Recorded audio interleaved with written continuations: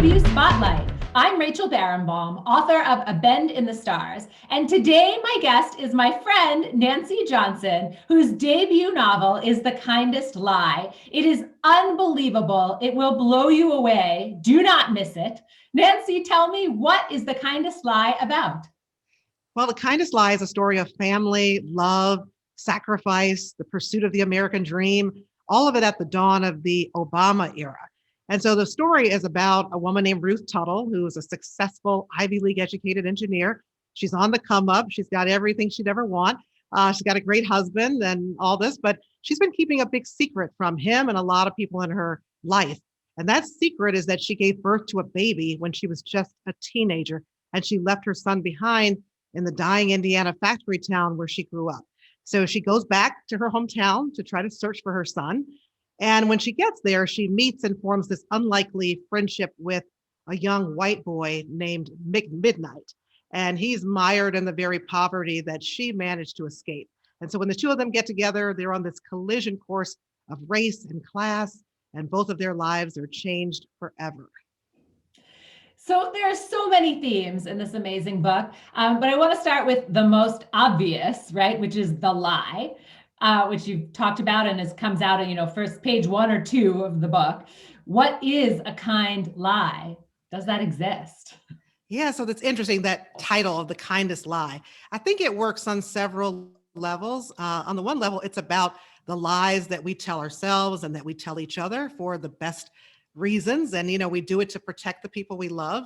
And Ruth has told this lie about, this baby that she left behind because she wants to move on and to have this great future that her family has, sacrificed for her to have so that she could become an engineer and, and live this upper middle class life. And her grandmother, who's raised her, has told a lot of lies that you'll read about, once you get the book. And she's done a lot of those things, kept secrets, told lies, but she's done it because she wanted to protect her granddaughter, and she wanted the best for her. And then also The Kindest Lie is about America too. It's about the lies that America has told itself about how honorable and equitable and decent it is. And yet you write, this is one of my favorite passages. You wrote, a lifetime of lies never added up to anything good. A lifetime of doing the wrong things for the right reasons. A lifetime of lies that started small, like a nick in the windshield, then eventually shattered the glass. Yeah. I mean, that's what it is. The lies, you think you're, telling just one small lie, and then it just grows and grows. And, all these years, 11 years that Ruth has been carrying the secret and the lie with her. And, and the book is about the ripple effects of that. So just like that nick in the windshield that keeps widening, it's the same thing. It's the ripple effect. And the lie that she told, it not only has an impact on her own life, but it impacts Midnight's life, her son's life, the lives of so many people in her community. So the other theme that you do just brilliantly weaves in issues of race. And the book opens on the night that Obama is elected, and a Black couple is celebrating. They're having a party, and it's this beautiful moment. And there's a lot of empowerment. There's a celebration. And then the very next scene, the very next day, the same Black couple is on the L. They're on the subway, and there's a white police officer, and he's coming to bust this kid who's playing drums, right, pretty innocently. But you just described this moment where they freeze, and all of these Black people around them, the car goes still. Right. So there's this juxtaposition of the celebration, this moment of the couple thinking our child could be president, and yet here's a cop tearing it all down. Can you talk about that? Sure. Yeah, that's what I wanted to show. I mean, the election of Obama was a time of such great hope. That hope felt palpable for so many, definitely for Ruth and her husband Xavier, and for their friends, many of them Black.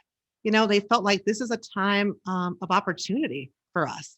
And so it was very exciting. And then the next day, yeah, for them to get on the L train and see this white cop hassling this Black boy, and they are just rigid with fear. And nothing has happened yet, except the kid's been hassled. There's nothing violent that's happened, but it's that fear of what could happen and what they know quite often does happen. And that's what they're paralyzed by. And so it just goes to show you that, you can have a Black president, sitting in the White House. You can have an upwardly mobile Black couple, but they are still Black in America. and racism is still a factor in spite of what your socioeconomic standing might be. And I think you also did it well in portraying Midnight. And you talk about how Midnight walks. He's a white kid, and he walks around with this privilege that he's not even aware of, right? But the characters around him are aware of. So, how did you think about that as you were writing it? Yeah, that's what I wanted to show with Midnight. I wanted to show two people, Ruth and Midnight. They're seemingly so different, so opposite in terms of race and gender and all this, and current socioeconomic standing. But I wanted to show that they still feel a need for each other. But when you look at Midnight's life, I mean, he has black and brown friends. That's mainly who he hangs out with. And they're all in this town that has been economically devastated. But Midnight is able to move through that town very differently than his black and brown friends. He has a lot more privilege. He's not going to be the one who's, getting hassled in the same way by police or by a convenience store owner. It's a very different existence. And he's so young and so innocent. And he really doesn't understand the racial differences. But the black and brown boys, they've been getting the talk, from their parents about what it means to be a young black man, to be a black boy in America, and how they have to carry themselves very differently. Another experience that you illuminate so well is the experience of women and the messy, in the thick, in the middle life of being a woman, right? And raising up your grandchildren or your kids. Can you talk about the themes of womanhood in the book? Sure. I mean, I think, it was womanhood and motherhood was a big theme for me. And I think usually in media and books, you see extremes of mothers, you see like the Leave It to Beaver kind of mother, or and you look back to the 90s, maybe the Claire Huxtable kind of mother. Or you see this more psychotic, deranged mother, just these extremes of motherhood. But I was really interested in women who are just everyday women who are just trying to get by, do the best they can with what they've got.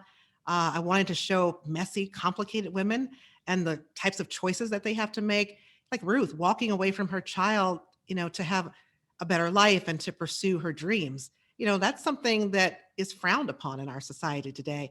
And so I wanted to show what that kind of a complicated choice is like. And then you have her grandmother, Mama, she's a mother, she's a grandmother, she's raising, she's had to raise, her granddaughter, but she's got dreams of her own, that have been unfulfilled.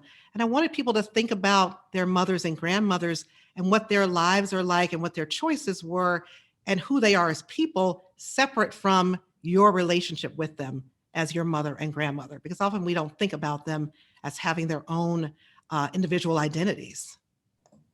With so many themes in this book, some we haven't even gotten to because we just don't have time today. What is it that you want readers to take away? The main thing I want readers to take away from the book is that there's a universality among all of us.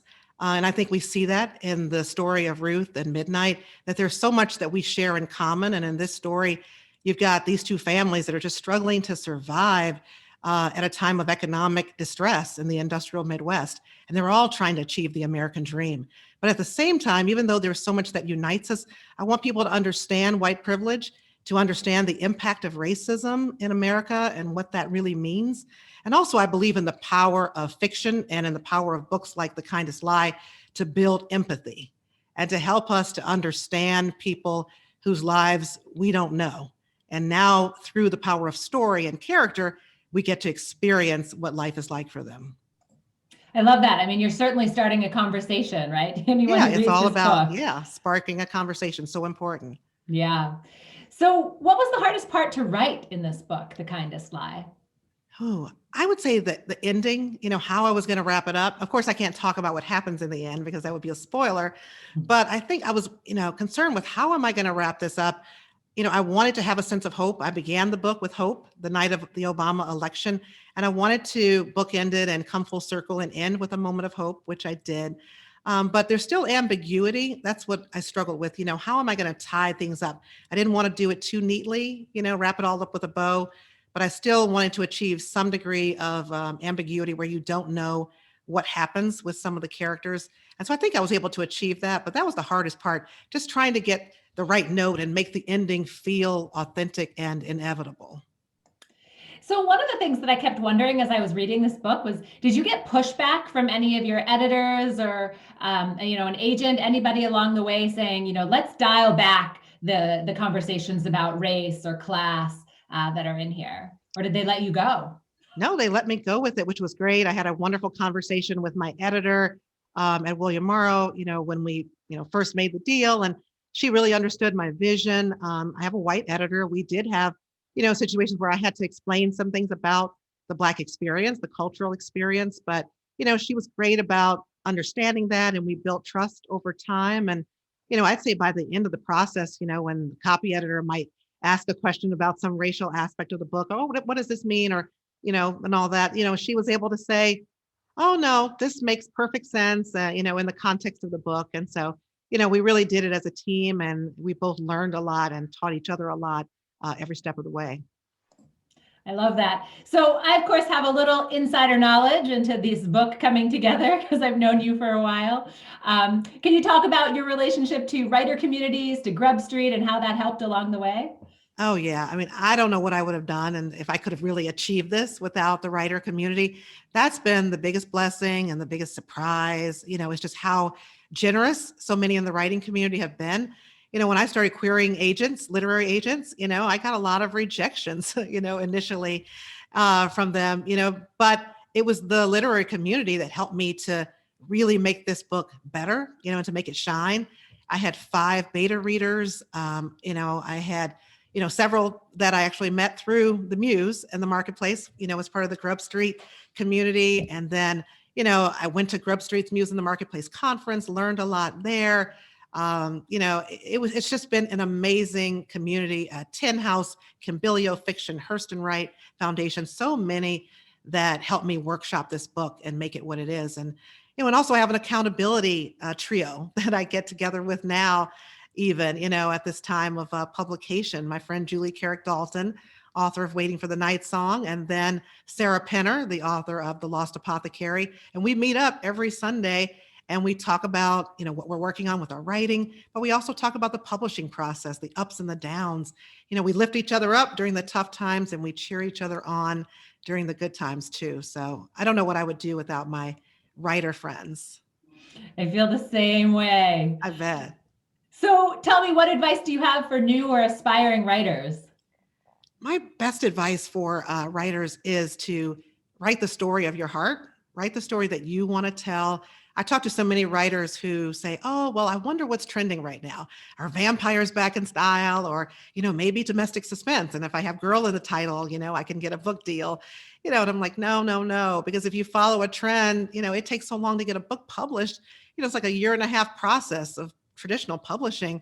The trend will be long gone by then if you're following a trend. So it's really about what are you obsessed about? What is it that's keeping you up at night? What is the story that you want to tell and the one that only you can tell? And so I would encourage people to, actually write that book, because that's the book that's going to be successful because it's the one you're the most passionate about. I love that advice. So before I sign off, I always ask, Nancy, is there anything that I didn't ask you about that you want me to ask about, that you want to talk about? I mean, the main thing is I just want readers to enjoy the story. We've talked a lot about issues of race and class that are, part of this book. But at the end of the day, it's a story. And I want people to be entertained by it and to just fall in love with the characters and enjoy the journey that they're on. That's what's most important to me. And then if they're able to learn something along the way and interrogate some of these bigger macro issues, then that's wonderful too. But it's really about the story. Nancy Johnson, thank you so much for joining me today. I love your book, The Kindest Lie. May you sell many, many copies. Thank you, Rachel.